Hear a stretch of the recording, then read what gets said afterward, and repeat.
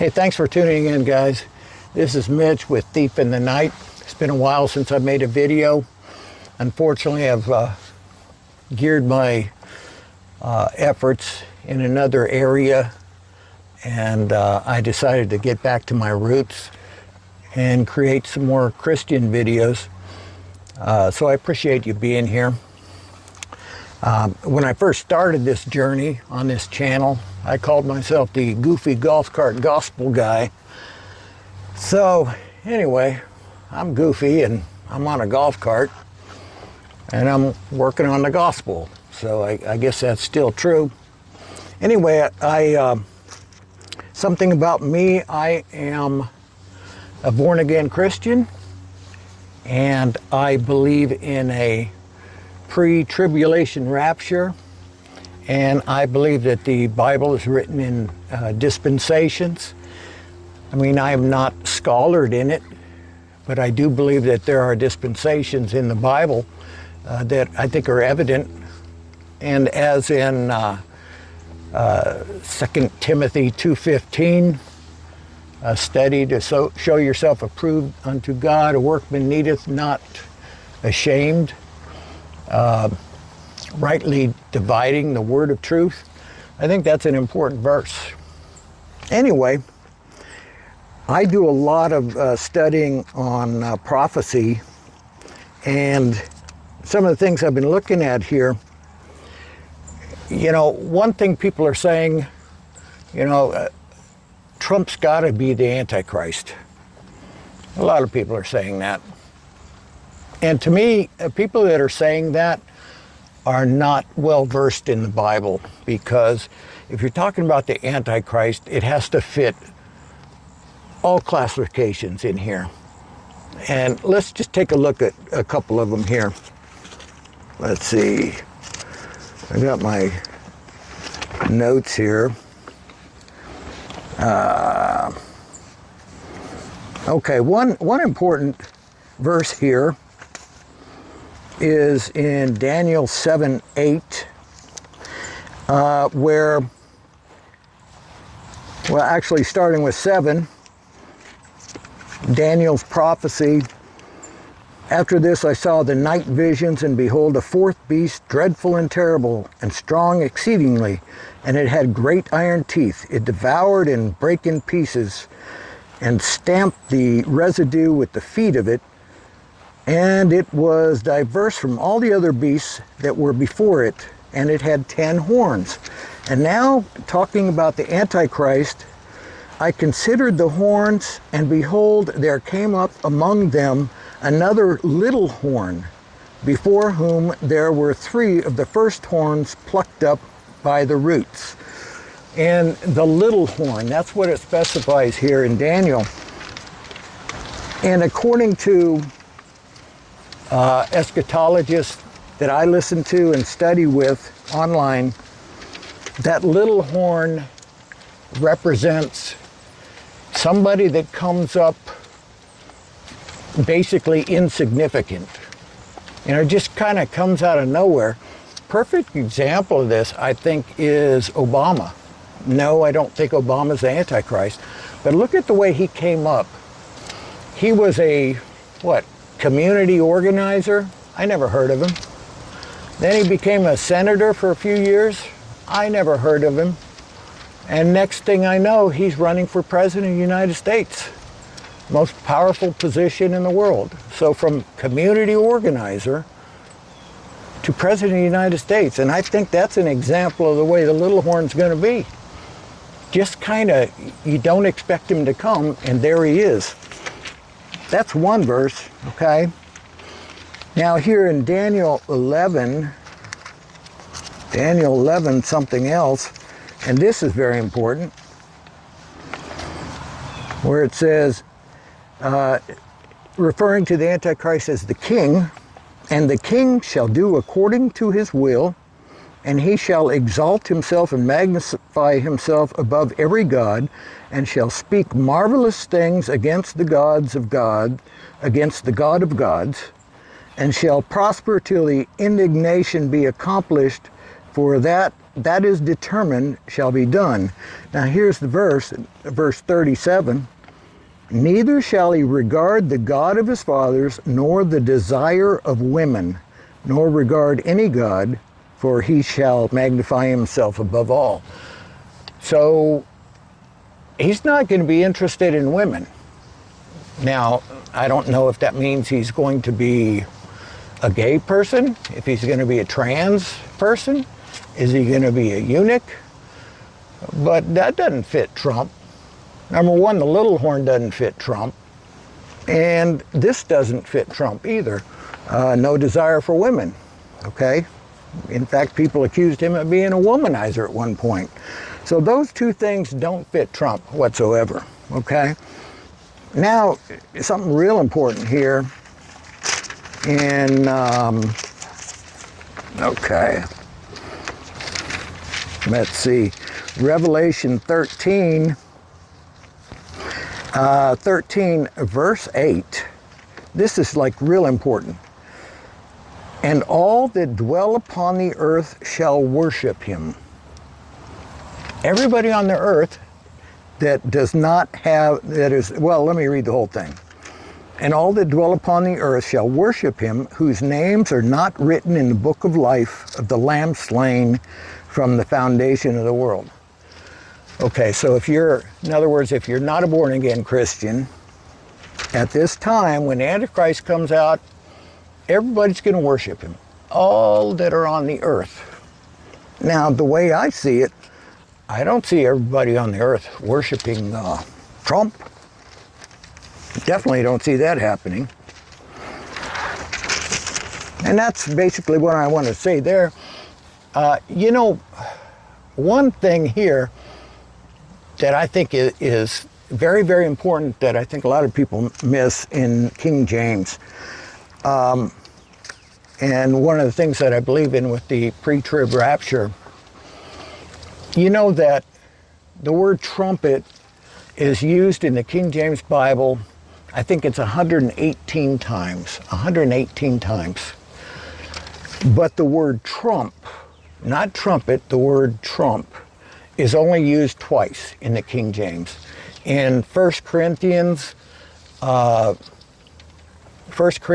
15, I think 52, verse 52, and in 1 Thessalonians 4, verse 16, where it says, at the last trump of God, that first the dead in Christ shall rise, and those that are left alive will go up to meet him in the air. That's, you know, not verbatim, that's, you know, paraphrasing. It's close, though. So at the last trump of God, and I don't believe that anything is accidental in the Bible. I think that's intentional, at the last trump of God.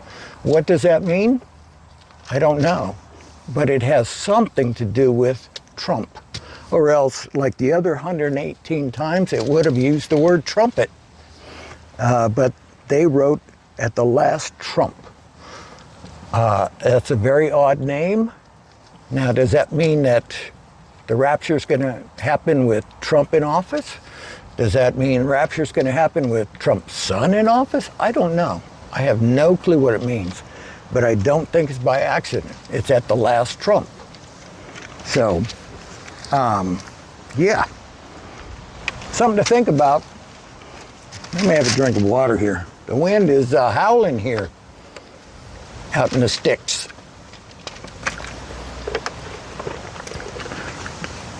You know, something here also in Revelation 13 about the mark of the beast. And I find this interesting. And I know you've heard this probably 100 times. Talking again about the Antichrist.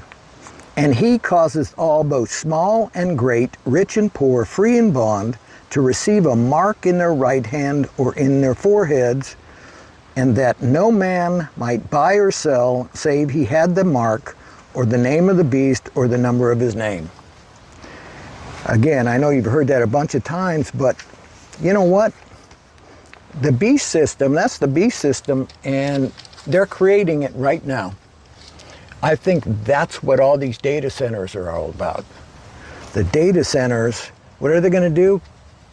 Keep track of the data. Whose data? Our data. Okay, it's all going to be a digital world, and everything you buy or sell is going to be seen on the internet, and they're going to be able to keep track of what you're buying, what you're selling. They're keeping track of that now, whether we know it or not. And basically, these data centers are the beast center, or the beast system. I think that's what they are. Why do they need all these data centers? Because we're the data. We're the merchandise, okay? I just thought I'd throw that out there. I think that's interesting. One more thing I wanted to point out is the false prophet that comes out. The false prophet is going to have a ton of power. And we look at the beast, the Antichrist, as the one with all this power, but the false prophet is given power. And you find that, again, in Revelation 13, here about the false prophet. And I beheld another beast coming out of the earth, that's the false prophet, and he had two horns like a lamb, and he spake as a dragon, and he exercised all the power of the first beast before him. Exercised all the power of the first beast before him, and causes the earth and them which dwell therein to worship the first beast, whose deadly wound was healed. And he doeth great wonders, so that he maketh fire come down from heaven on the earth in sight of men. So this false prophet is going to make fire come down from heaven. What exactly that is, I don't know. And he deceiveth them that dwell on earth by the means of those miracles which he had power to do in the sight of the beast. So when he's in front of that beast, he's going to have all these powers, okay? And he's saying to them that dwell on the earth that they should make an image to the beast which had the wound by the sword and did live, okay? So he has the people on the earth create the image of the beast. Meanwhile, as you find in Daniel, the Antichrist is going to be out conquering nations. He's going to be doing that. He's not just going to be sitting in the third temple, okay? He's going to show up in the third temple, but then they're going to create an image. And here it says that the false prophet is going to have the people create an image. Who are those people? Techie people, obviously. I'm thinking maybe it's going to be a hologram, some image in the sky that people have to worship, created by techie people that the false prophet has them do, okay? And again, about the false prophet, and he had power to give life unto the image of the beast, that the image of the beast should both speak.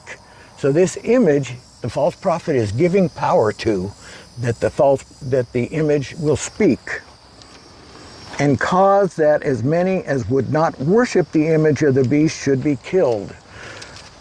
So I think that false prophet is going to have a whole lot of power being given to him by the Antichrist and by Satan, okay?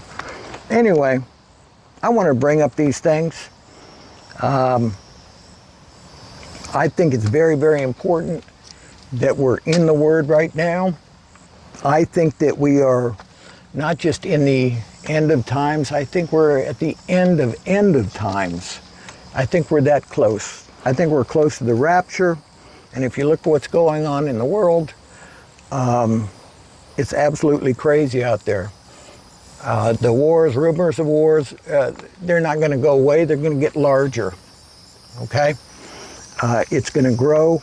Look at the evil that's in the world. Look at the falling away in the churches. If you find churches on the internet, things that they're doing in those churches, I'm just astounded. I can't believe it. And then you've got the Epstein stuff. Evidently the sacrifice of babies and children that they've been doing there. I think that we've been just lied to on so many things, and I think evil is running rampant in the world, and I think it's just going to get worse and worse, and I think God is just going to finally say, okay, that's it. He's going to take his children, born again Christians, the Holy Spirit at that point, who is inside the Christians, is going to step aside, and then the only people left are going to be evil and people that are on the edge. A lot of people are on the edge. They, you know what, I might believe, but I need more proof. Those people are going to be left behind during the rapture. They'll still have an opportunity to be saved in the tribulation. People saved in the tribulation will be the tribulation saints, but I wouldn't want to be one of them. I would rather be saved beforehand. So thanks for tuning in. I appreciate you listening. I'd appreciate it if you could subscribe and join my little family. It's very small.